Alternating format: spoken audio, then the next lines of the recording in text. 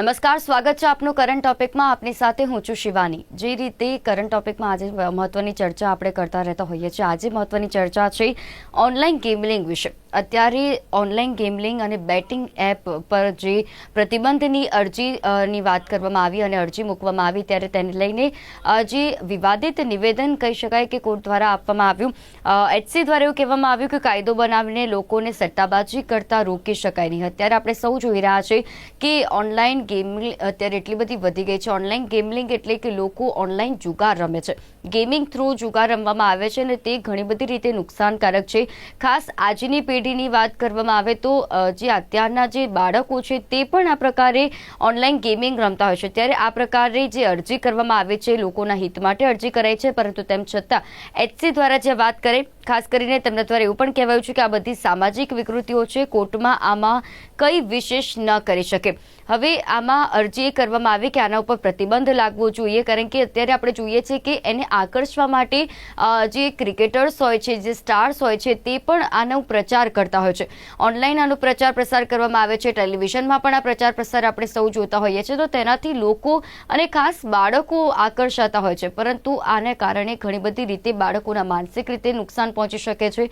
તો આના ઉપર કાયદો લાવવો જરૂરી છે અને આના ઉપર કેવી વિચારણા થવી જોઈએ, કેવા પ્રકારની વાત થવી જોઈએ, કારણ કે જે અરજી તો કરવામાં આવી, પરંતુ HC દ્વારા જે આ પ્રકારે નિવેદન આપવામાં આવ્યું છે, હવે આના ઉપર કેવા પ્રકારની વિચારણા કરવામાં આવશે, તમામ વિશે વાત કરીશું.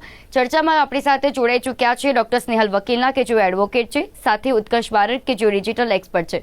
બંનેનું હાર્દિક સ્વાગત છે. Thank you so much.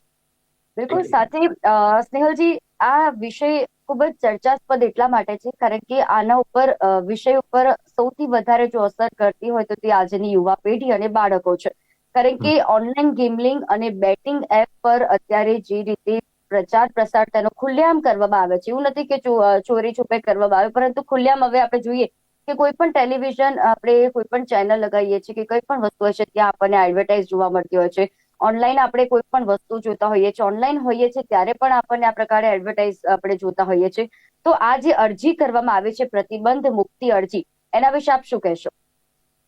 ના, આ બહુ યોગ્ય સ્ટેપ્સ અત્યારે લેવામાં આવ્યા છે. પ્રેક્ટિકલી આ વસ્તુ ઘણા વર્ષોથી ચાલી આવે છે. વી આર પ્રેક્ટિકલી સ્ટેટ કે જેમાં હરેક પ્રકારના લોકો પોતાની ફ્રીડમ આપણે બધા જ એન્જોય કરીએ છીએ પોતપોતાની રીતના. We have our public gambling act 1976, જેનાથી ઘણી બધી વસ્તુ રેગ્યુલેટ થાય છે. આ ઉપરાંત અલગ અલગ સ્ટેટ્સના અલગ અલગ લોસ પણ હોય છે. ફોર એક્ઝામ્પલ, સિક્કિમમાં સિક્કિમ કેસિનો એક્ટ છે. એવા અલગ અલગ જે આપણે એમ કહી શકીએ છીએ કે સ્ટેટ છે, તેમના અલગ લો છે કે જે આ વસ્તુને ગાઈડ કરે છે. કાયદાનું interpretation is very important thing.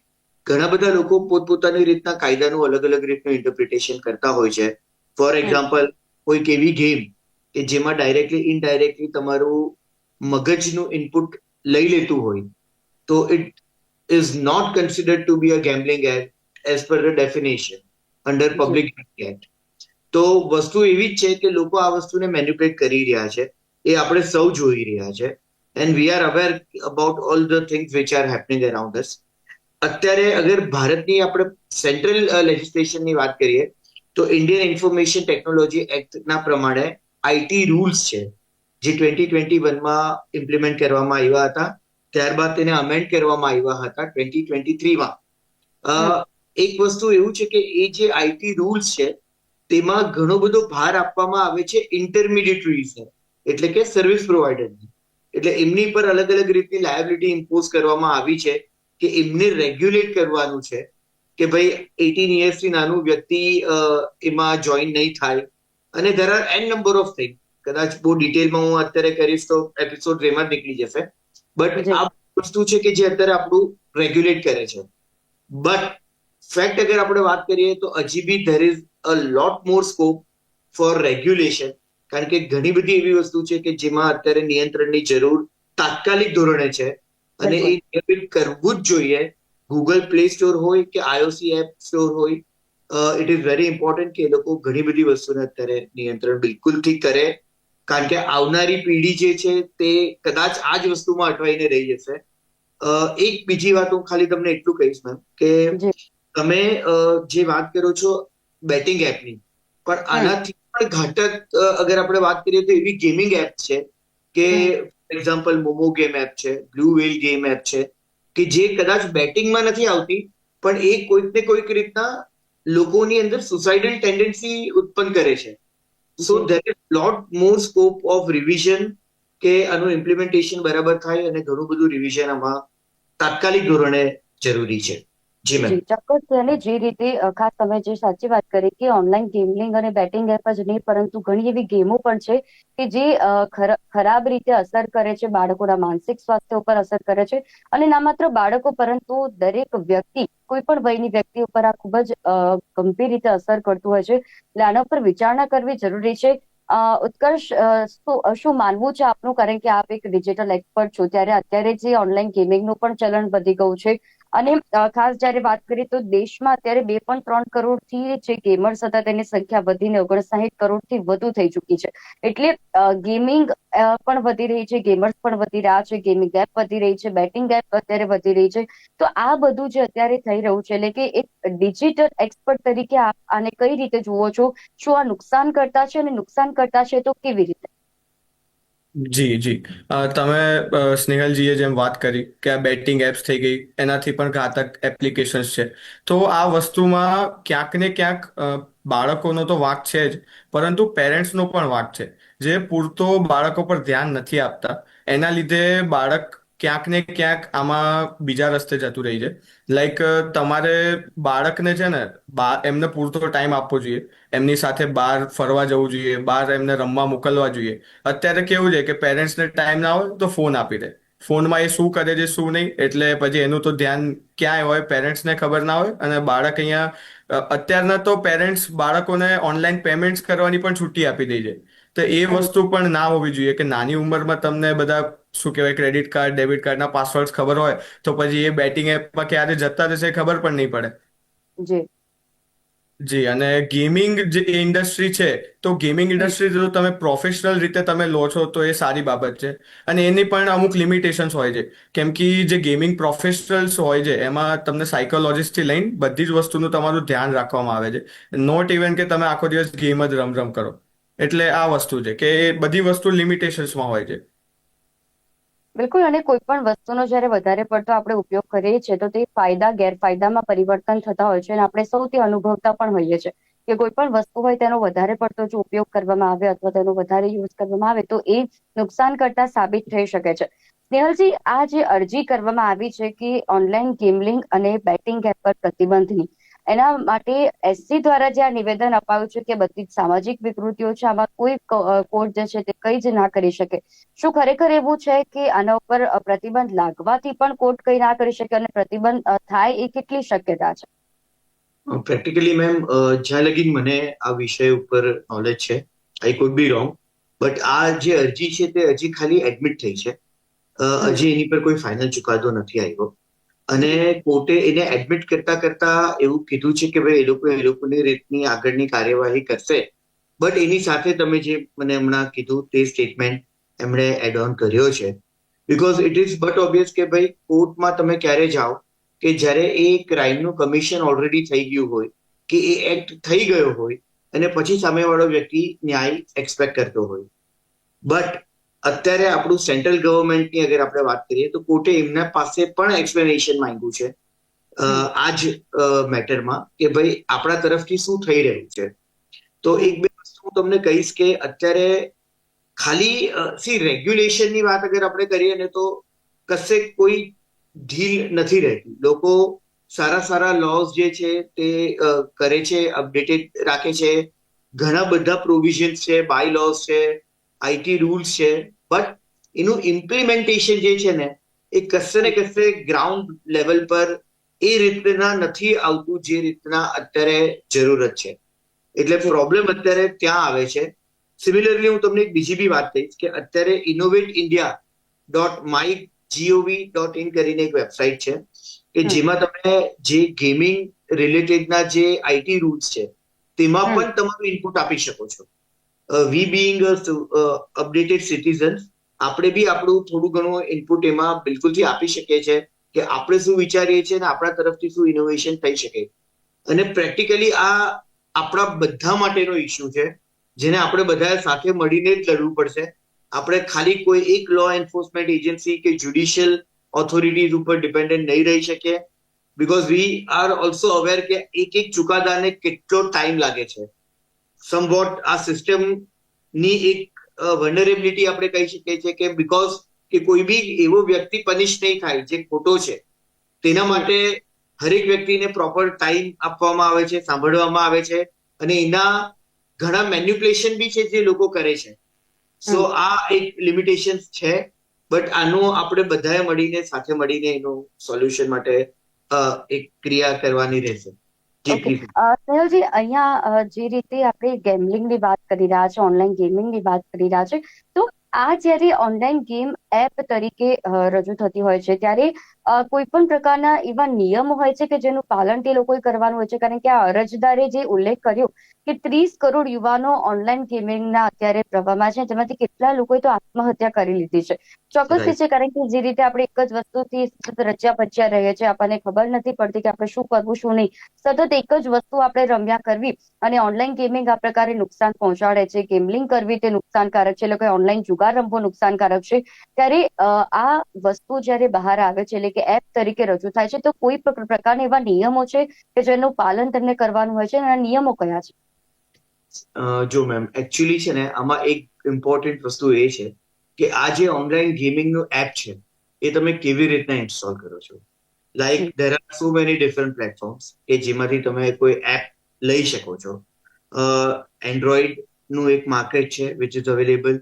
iOS એટલે કે એપ સ્ટોર, એપલ વાળો, એ બી આપણી પાસે છે.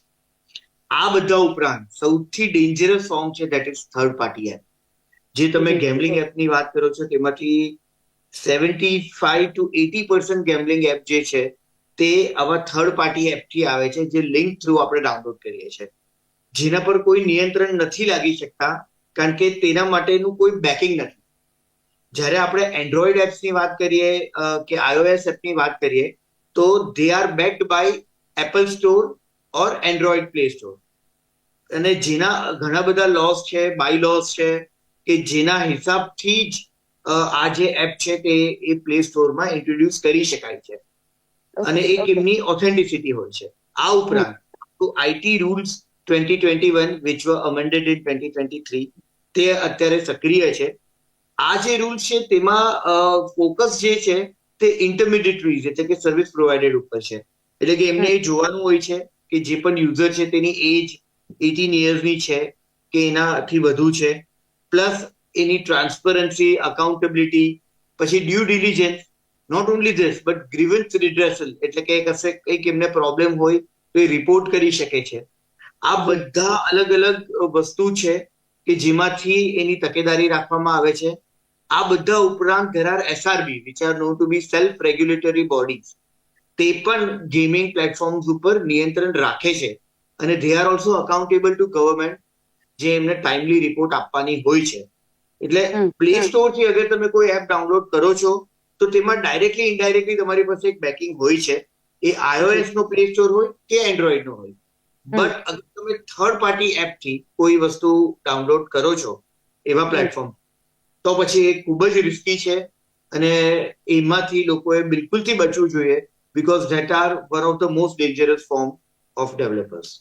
જી, ઉત્કર્ષજી, આપ એક યુથને પણ પ્રેઝન્ટ કરો છો, એક ડિજિટલ એક્સપર્ટ પણ છો, ત્યારે અત્યારે આપ પણ માનો છો કે અત્યારે ગેમિંગનું જે વળગણ છે તે ખૂબ જ યુવાનોમાં વધી રહ્યું છે, એટલે યુવાનો સતત આ રીતે ઓનલાઈન ગેમિંગમાં હોય છે, ઓનલાઈન જુગાર રમતા હોય છે, ત્યારે આ ખરેખર બહુ નુકસાનકારક છે સમાજ માટે, આવનારી પેઢી માટે પણ. ત્યારે આના ઉપર જયારે પ્રતિબંધ મૂકવાની વાત કરી, તો શું ખરેખર આ પ્રતિબંધ મૂકવાથી યુવાનોને આનું જે વળગણ છે તે છૂટશે ખરા? આપને એવું લાગે છે?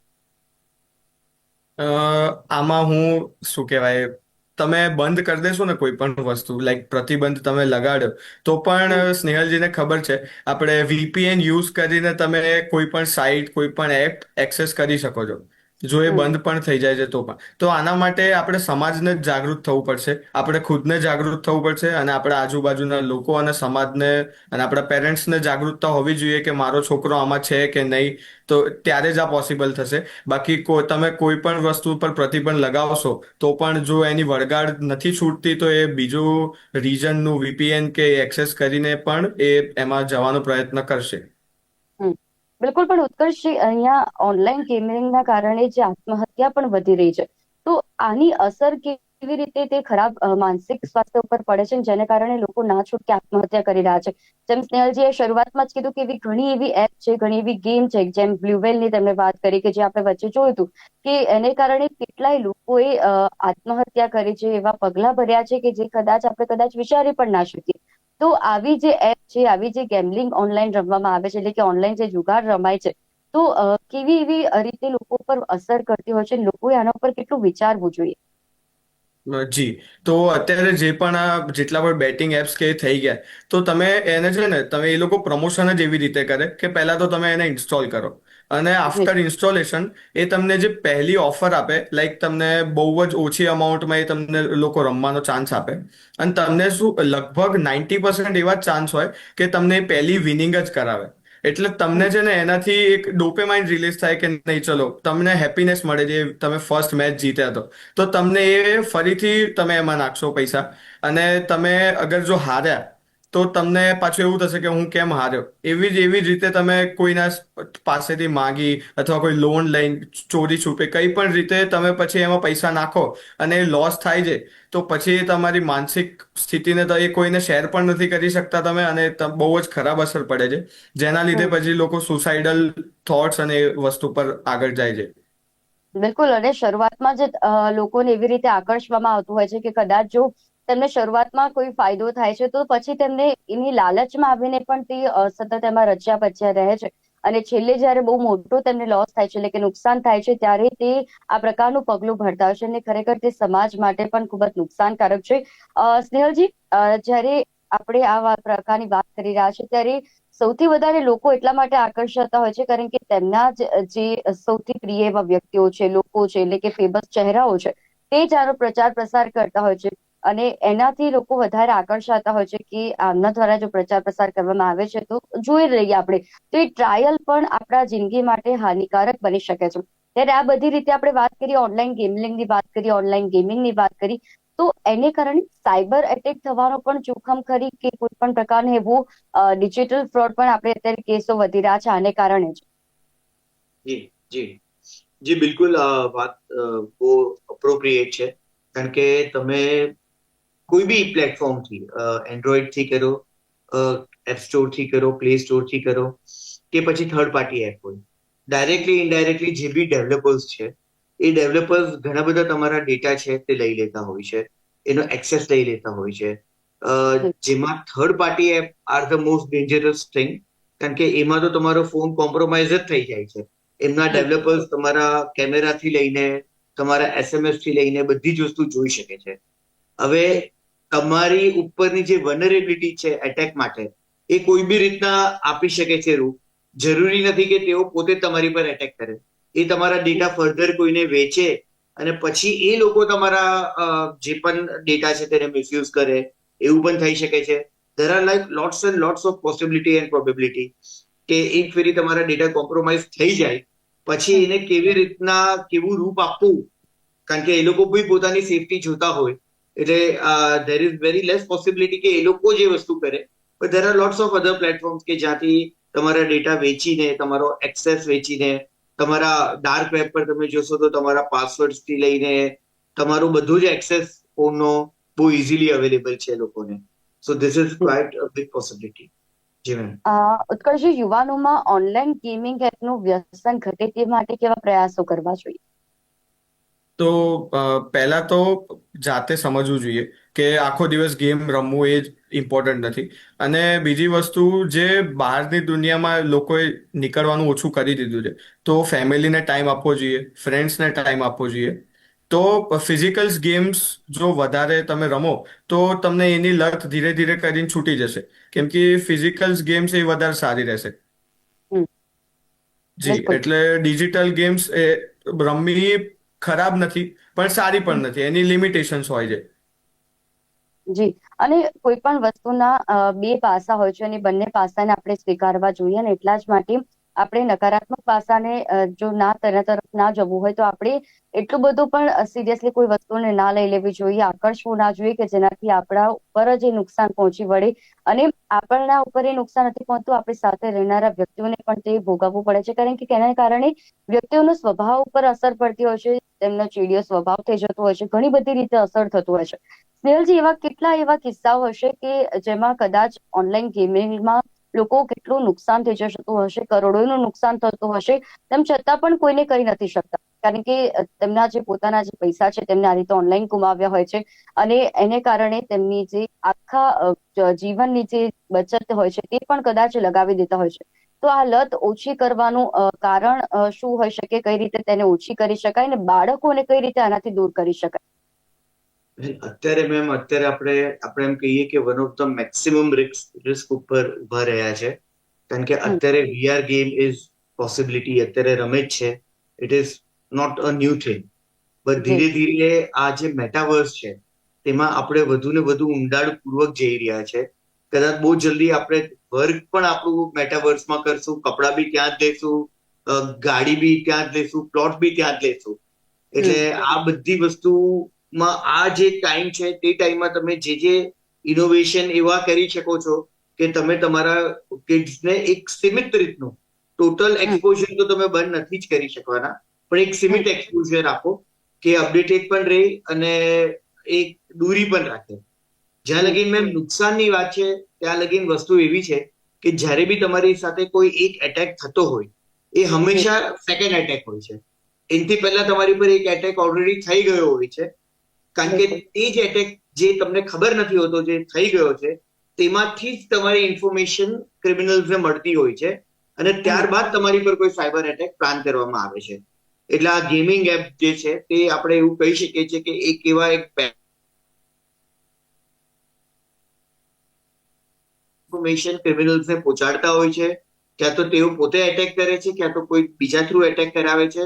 બટ જે ફર્સ્ટ એટેક છે that is on the basis of all this platform કે જે ખોટી રીતના તમારા ડેટા, તમારા એક્સેસ, તમારા ગેજેટનો એમના ડેવલપર્સ કોઈ બીજા વ્યક્તિઓને પહોંચાડતા હોય છે.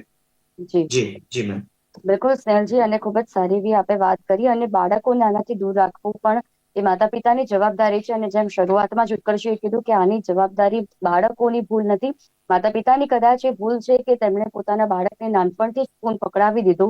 નાની એવી બાબતમાં પકડાયેલો જે ફોન છે તે આગળ જઈને એ ફોનના કારણે ઘણી બધી એવી સમસ્યા બાળક માટે બની શકે છે, પરિવાર માટે બની શકે છે. અને આ ઓનલાઈન ગેમલિંગ જે છે, એટલે કે ઓનલાઈન જે જુગાર છે તે રમવું બંધ થવું જોઈએ, કારણ કે તે ઘણી બધી રીતે નુકસાનકારક છે, સમાજ માટે, પોતાના માટે, અને આવનારી પેઢી માટે પણ તે ખૂબ જ નુકસાનકારક છે. આ બંને અમારી સાથે આ વિશેષ ચર્ચામાં જોડાયા તે બદલ આપ બંનેનો આભાર. Thank you. તો કરંટ ટોપિકના કાર્યક્રમમાં હાલ બસ આટલું જ. ફરી મળીશું નવા વિષયની સાથે. ત્યાં સુધી રજા આપશો. નમસ્કાર.